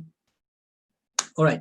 So now let me kind of tell you something that we have for all of you. Now see, since we figure out the problems of people, since we figure out, okay, this is what, the biggest thing is people are not aware about the right tools. They're not aware about the right things. So which is why, keeping this in mind, we have a particular program in place for all of you. Okay. And I would like you to take this time to understand and tell you more about our offerings, what we have and what do we do as an institute. So how many of you guys over here would be interested, to have hands-on learning, not just learning which is there, but you want to actually get hands-on learning experience with us, right? Let me tell you a bit more about our hands-on program. So our programs essentially are more practical based rather than more theoretical based as well. So we got a first program which is called the Digital Marketing Business Mastery Program, where what we essentially do is we teach you everything from scratch. Now see, as we saw, some of you want to know more about tools. So first, there are 3 steps in any business. One is called content, one is organic, and one is inorganic. Inorganic is paid, content is what you want to put up, and organic is basically how do you start leveraging things for free, right? So that is where content marketing comes in. So we're going to show you, first we're going to start with basics of digital for people to keep everybody on the same page, because we got people from multiple countries. So we got people from Singapore, Dubai, Malaysia, India, right? Even this webinar, we got some people from Zimbabwe, some people from Dubai, some people from India as well over here. And so to keep everybody in the same page, we first teach you basics of digital. Then we teach you how do you make content, for example, textual content. How do you prepare GIFs? That means animated content. How do you basically prepare memes? And how do you essentially make some animated posts for social media?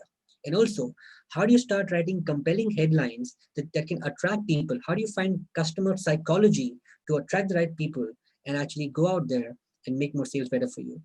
Then we also show you how can you make more videos, okay, for social media, blogs, YouTube. How do you make videos for personal branding? How do you make animated content? And how do you write, and how do you make blogs? This is what we cover in the first piece, which is called content marketing. Do you think this will be helpful for you if you understand all of these things, if you really get to in the depth of it, right? Then we also teach you how to market things. That means we teach you actually, how can you basically market things via social media marketing. That means how can you run paid campaigns? The way I showed you, we give you a small glimpse over there. And how do you do that? We also show you how to make social media posts. How do you make content calendars? How do you in fact grow followers organically and inorganically both? How do you run advertising campaigns on Facebook and Instagram? And how can you essentially also make content calendars, automate content? That means you don't actually have to be over there. You actually can simply automate your entire content for yourself as well. And that's when you can actually start going a bit deeper into campaigns. And also we're also going to show you about search engine marketing, and how can you run ad campaigns on Google searches in deep. It means whenever somebody searches about you, how can you start coming and popping up on top on Google searches and reaching out at the right time to the right people.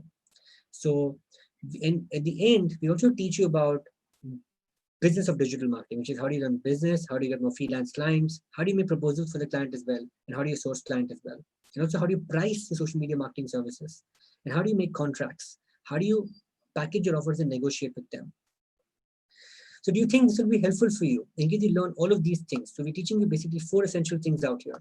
Number 1 is how can you start doing content, how can you start doing social media, How do you start running Google ads? How do you start doing SEO, right? 4 things. Do you think it'll be helpful for you?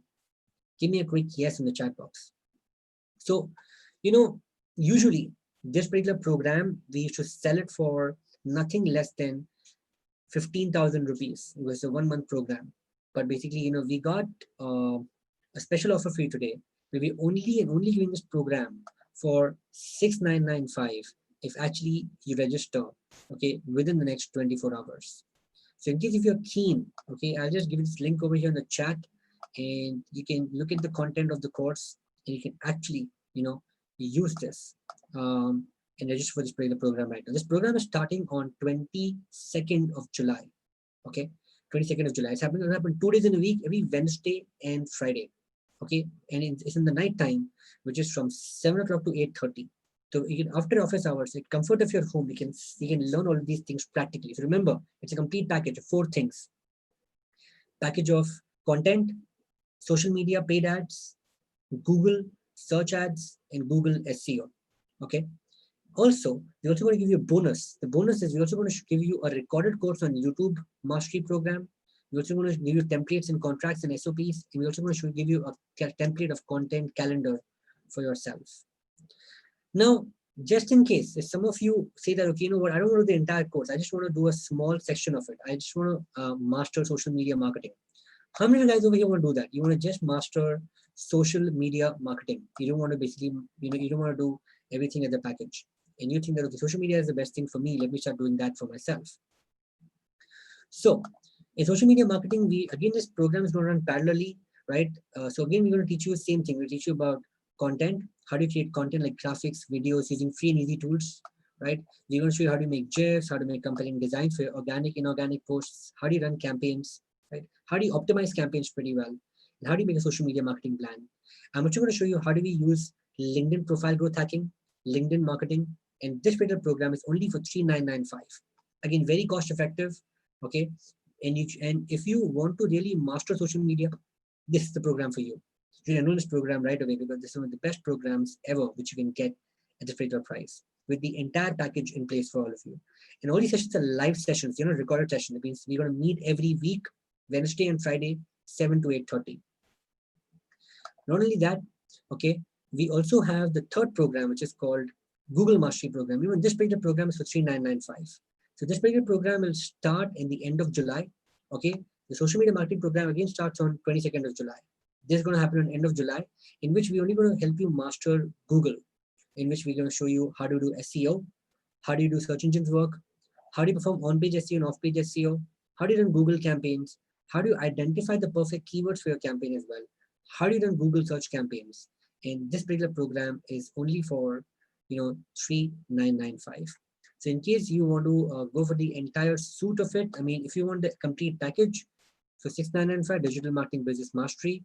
If you really want to go for only social media or only Google, then you can basically go for the second program. Now, in case you have any questions, I'll be more than happy to answer any of your questions that you have for me today over here.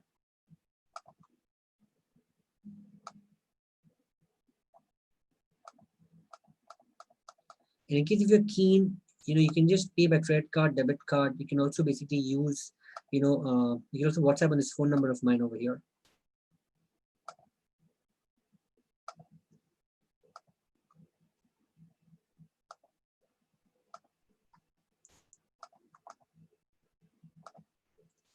So any questions? So guys, this is one of the best programs that we have in package of all 3 is there already. Rajiv, the second program, Digital Marketing Business Mastery, is a package of all 3, right? So where these 2 programs are a part of the Digital Marketing Business Mastery program only. So in case you want to do everything, you go for the middle one, which is 6,995. In this, we're covering everything for you: content, social media, organic, every single thing we're covering over there for you. So can you ask questions in this program? So I'm asking, yes, you can ask questions just the way I'm looking at right now, right? And in case if you're looking for a more detailed program, then we got a 2-month digital marketing program, right? Where we cover even more than this. We cover e-commerce, we cover social media marketing plan, every single thing out there. And that particular program is for 2 months, again, starting on 22nd July, right? And that particular program has got the entire suite of it. Okay, let me just tell you a bit more about that as well. And yes, for these particular programs, the paid programs, you get a certificate also, correct? You get a Google certificate, which is absolutely free, and you get a certificate from our side, which is called Online Master Certificate in Digital Marketing. It's live, and it's all practical, it's all hands-on, right? So whatever we do, it's completely hands-on. And in our programs, also one more thing that we do is in the 2-month program that we have, you also get to work on you also get to work with live clients, okay? And that's what you can actually do. So that particular program was 17,500 Shikha, which is a more detailed program, and that goes on for 2 months, again 2 days in a week. And in that, we also help you to work on a real startup. So whatever you do, you actually work on a real startup and you execute that over there as well. Yes, I'm just pulling that particular presentation for all of you for the main program and how can that particular program work for you. Just give me 1 second.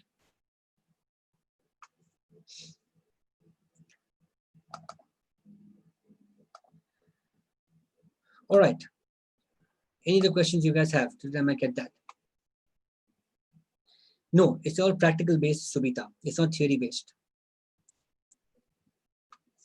Okay, it's all practical based and it's all hands-on. So basically, I'll tell you how does it really work. So what happens is in the first day, okay, we actually get to work on a real client. So we introduce a client to you, and then you do everything with that particular client. For example, this is the 2-month marketing program which we have for you, okay, where I'll just skip all these part of, so our students are now currently working with Facebook, they're working with TikTok, they're working with a lot of other brands as well. So why us? Because we got hands-on experience, they give the right certificates. We also have professional industry trainers. We also give you job assistance after the program as well. And you get lifetime access to our course. Now, what does it really mean? That means we keep on conducting this program every quarter, right? And you can come and attend any of our program for free without paying anything in future. So unlike other institutes where they'll again charge you for revision, let's take after 3-4 years, industry has changed. You want to again go through the entire program. You can do that without any extra cost. Yes, this is a complete online course. You can attend from anywhere you want, right? Now, what do? You basically work on a live client first of all, and you know your client. So it's all virtually happening, all virtually. Then we give you the digital assets, like social media accounts. And you handle those accounts for them. We also give you a dummy website. You actually handle the website as well. Then you create SEO, you create content, you create ads, you incorporate clients' feedback, and you make the client strategy. So how does it end? Certificate that you get over here is Google certificates, certificate from our side, and a certificate by HubSpot and Twitter after giving their exams. So for all these things, you have to give an exam. And once you pass that exam, you get certified from our side. Now, if you miss a lecture, you get recording of the lecture if you miss one. And you can sit for the same lecture again in future without any cost. You also get a lifetime access to all the presentations and all the sessions in the classroom itself. Also, okay, the modules that you get, basically we give you fundamentals of digital marketing. All right, we teach you basics of digital first. Then we teach you content marketing in detail. After that, we teach you how to design your content, how to create your own creatives without any Photoshop, without any CorelDRAW. Okay. Then we actually teach you SEO in depth. You actually learn about SEO. You learn about how to perform on-page SEO, off-page SEO, how to do blogging as a part of SEO, how to improve your site speed, how do you perform local SEO, video SEO, all of those things practically. Not only that, when we also teach you about advanced social media marketing, we teach you about paid media. How do we run paid media campaigns? What do we do about it? Then you also run your own campaign. So we give you money to run your campaign. That happens in all the programs, by the way, even in the program of 6995 as well, where we give you money to run campaigns. So actually take the money, you run the campaigns practically all by yourself, correct? And then we actually give you analytical tools. We show you how does Google Analytics work, how do you see things at the back end, how do things work practically. Then we also give you email marketing. We also show you how to do email marketing, how do you do email blast for people as well. We also teach you about affiliate marketing. How can you make some money online by referring somebody else's product? Then we also teach you influencer marketing. How do you do blogging as well? And then we also teach you online reputation management. How can you start addressing customer queries? How can you start building reputation of the company? How do you do mobile marketing, right? And how can you start doing e-commerce and drop shipping as well? So how do you start doing e-commerce marketing, drop shipping? How do you make it? And finally, you have to make a digital marketing plan, right? And once you do all of these things, we'll actually have to make a professional pitch like an agency that you can do, and you can start doing your campaigns. So in case if you're keen to join this particular program, the link is there given by Neil on the Zoom over here, and you can also basically connect with us on this phone numbers, and you can call one of our team members to help you with it.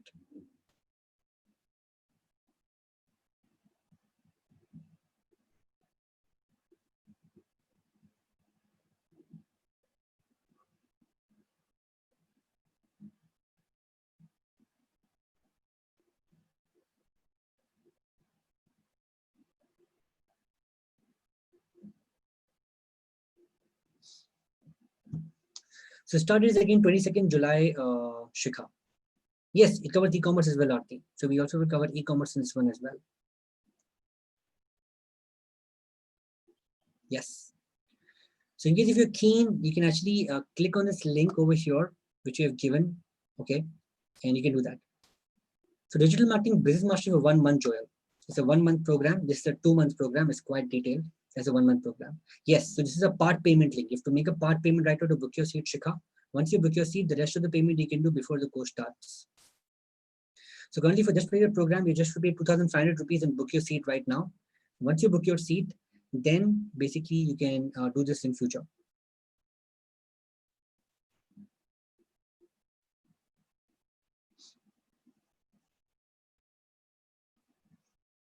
So the cost for this one is 17,500 rupees, as I told you, right? The dates are 22nd July onwards, 2 days in a week, every Tuesday and Thursday, 7 to 8:30 is where it is, Aarti. So in case if you're keen, you can actually put you can use the link and you can just book your seat by paying 2,500 rupees. And for all these programs, which we shared with you, you can also make the thing is there as well. So Dr. Yashota, this free webinar doesn't have a certificate. Okay, the certificate there for our paid programs.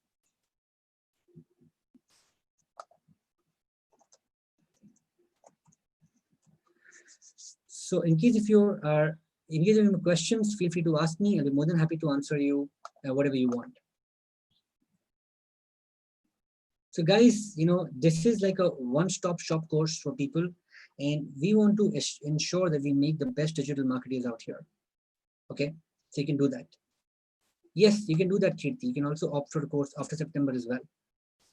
So Amir, that's the best price, because trust me, we sell the same program for 40,000 rupees offline, but this particular program, 2 months is online, and this is for 17.5. That's the best price we've got. You can pay in installments, so we can give you easy installments though, but yeah, there's no discount for this, unfortunately. All right, anything that you want to ask me, any other questions that you guys have, feel free.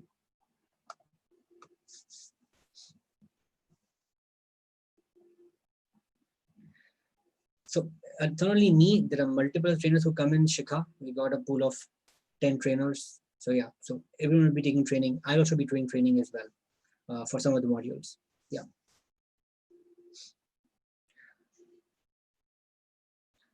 But did you guys today get a good framework and a good strategy session? Yep. Yeah. So yeah, don't miss the opportunity, guys, because this is the best thing that can happen to you. And the lockdown is the best period to get upskilled right now. So no, that's again, all of course are live. In case you missed, then you get the recording, Aarti. Okay, if you so I was asking, is the course recorded? No. Basically, this is all live sessions, just like this right now. And if you missed, then you get the recording. And yes, recording is still available to you for lifetime as well, as I told you.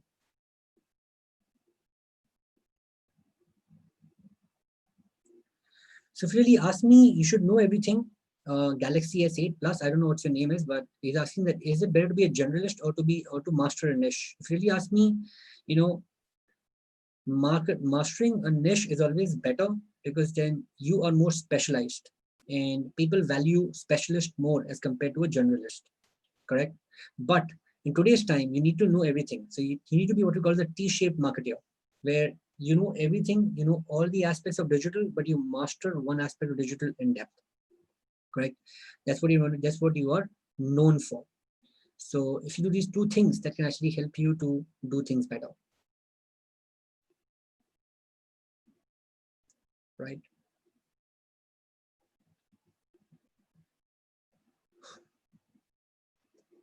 Any other questions anybody else has apart from the course? If you need any more generic questions, well, feel free to ask me. I'll be more than happy to answer you even general questions as well.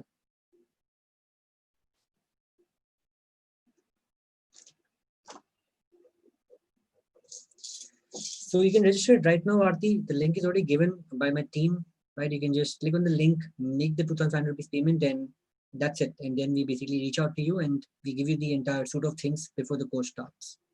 So in fact, anybody who registers for the course now, you don't have to wait for learning. We will immediately send you a recorded version of our fast track program. You can start going through that, and then you can kickstart the live sessions with us from 22nd of July.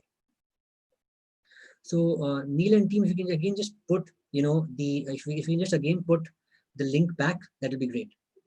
Right. So Kirti, about the placements that we do. So after the session is over, we normally float your CVs to companies, and we also keep on sending offers in our WhatsApp group, which we make for students. So in the last batch, we got student placed in TikTok, we got student placed in, Sachi and Sachi, we got a student placed in, Scarecrow. So there are multiple places where people actually get placed. So that's how it really works. So there's a girl called Prajakta. I think she paid. Prajakta, we got your payment for the program. Okay, thank you so much.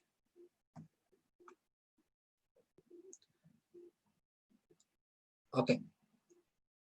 Any other questions you guys have?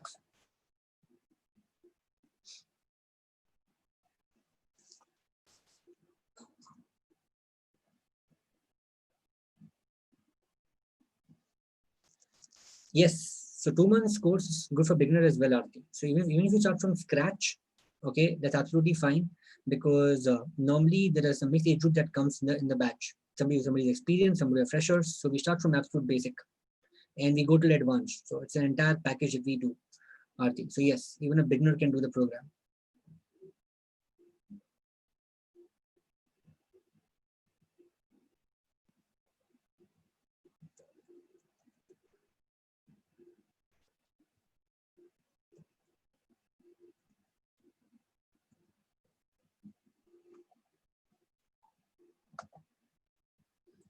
Right?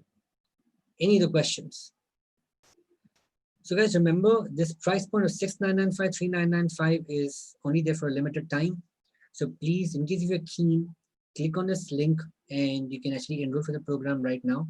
For the 2 months program, the enrollments are there, right? You can register for that as well, in case you want an in-depth knowledge. So let me just tell you which course to choose for what. So in case if you want to master SEO and SEM, you want to say that, okay, you know what, you think Google is the best platform for you, and you want to know everything about Google, then I would recommend you go for the first program, which is Google Mastery course, right? In case if you feel that no, social media is the thing, and my audience is more social media, Instagram, Facebook, LinkedIn, then I would recommend you to go for social media marketing course. In social media marketing, we also teach you about content as well. It's not just about social media platform, it's about content and social media both combined, correct? And if you want to know both of these things in detail, that means you want to do social media and Google both combined, that means you want to have the entire suite, and you're focused more on paid plus organic marketing, go for digital marketing business mastery course. And in case if you're confused, you want to say that, you know what, I want to know everything in digital. I want to know e-commerce, everything. Then you go for the main 2 months digital marketing master certificate program by us, which actually help you to know the entire suite of things for yourself. Right. Thank you, Prajakta. And look forward to seeing you on the inside. Right. So yeah, so this is how it really works. So in case that's if you're confused, I told you what to do. So if you really ask me, if you just want to try this out, you want to take the first step, go for social media marketing mastery program, because at least that can give you a head start. And if you wish, you can carry forward and you can do more things as well. All right. Okay. Any more questions you guys have for me that you want to ask me?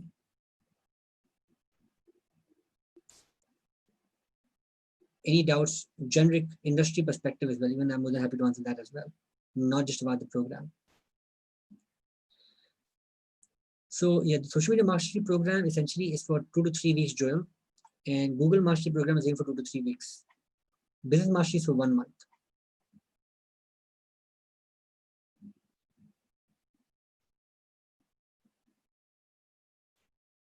Sure, Samir. we'll keep that in mind. We'll share with you the Zoom link. Don't worry about it. Okay. So last couple of questions. Okay, how do we conduct polls, vote surveys the way you did? So there's an option in Zoom, Himasha, you can use that. So if you have a paid Zoom account, you can build inbuilt polls within Zoom, and then you can conduct polls within Zoom itself. Okay, that's how it really works.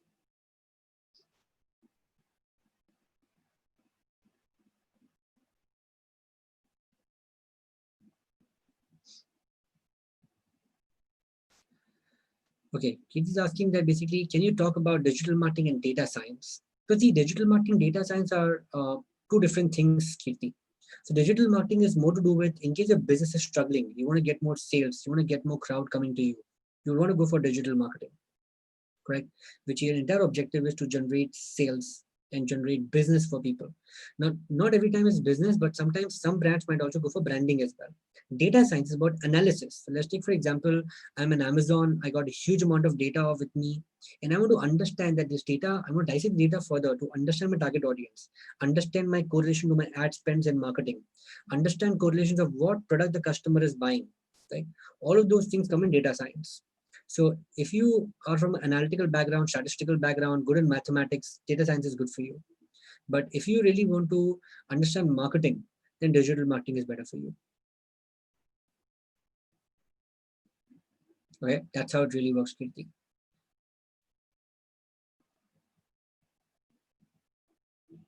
Well, Imasha, I'm sorry, I'm not aware of any such tool, apart from the one which is in Zoom. Right. Okay. Any other questions that you guys have? All right, so then that's it. We'll conclude session today over here. So once again, thank you so much. And we'll just do one last shout out for anybody who wants to enroll in the program. And once again, thank you so much for dropping by. It's really a pleasure to have all of you come over here. Thank you so much. And I'll see you guys next time. Till then, bye-bye. See you and have a great night. And I'll see you back on 12th of July for the next meetup. Thank you.